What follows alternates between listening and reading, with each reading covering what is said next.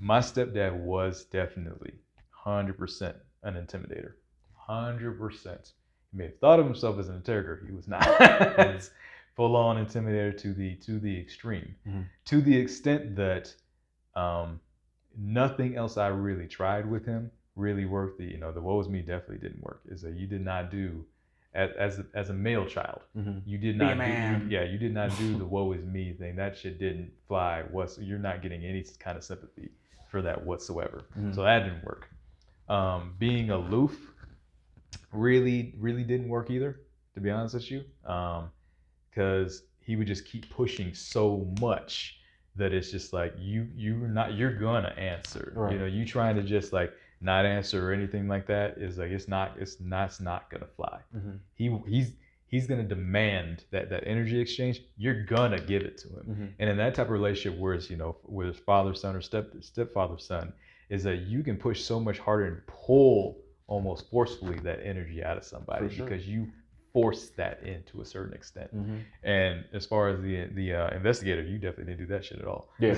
It's like if you want to end up, on a board on the Walmart with missing on it. That's Going what on you a do. T-shirt, good buddy. Yeah. We'll miss you. Right. Prayer hands Rest and in all. rest in Like, peace. yeah. Yeah. So for me, it ended up where it was like I was that kid that once I got older started to lash out and had that anger and was intimidator in situations that I found myself. Not all situations, but when it got to that point, was an extreme intimidator in a lot of cases.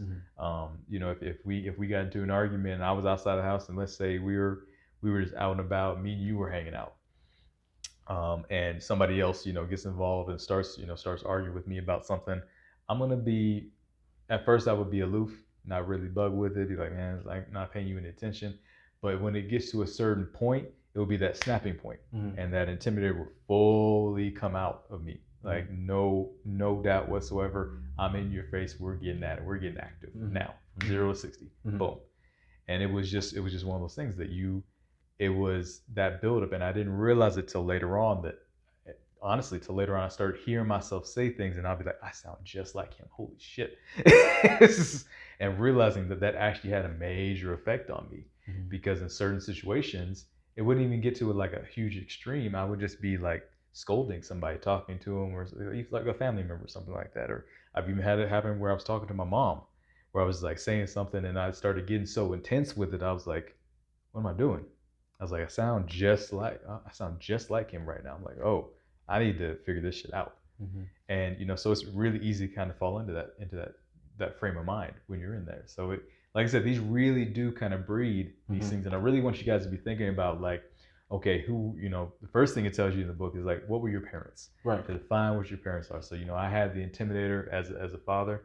My mom was on the opposite side of the spectrum. Not the opposite, but she was aloof.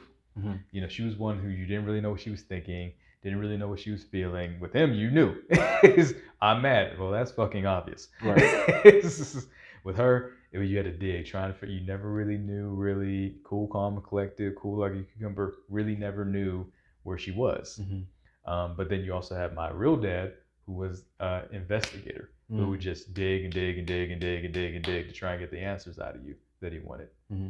And so that made a very interesting dynamic for me growing up. So I had that intimidated part of myself, and I had the aloof part of myself because of my dad. I just would just shut down.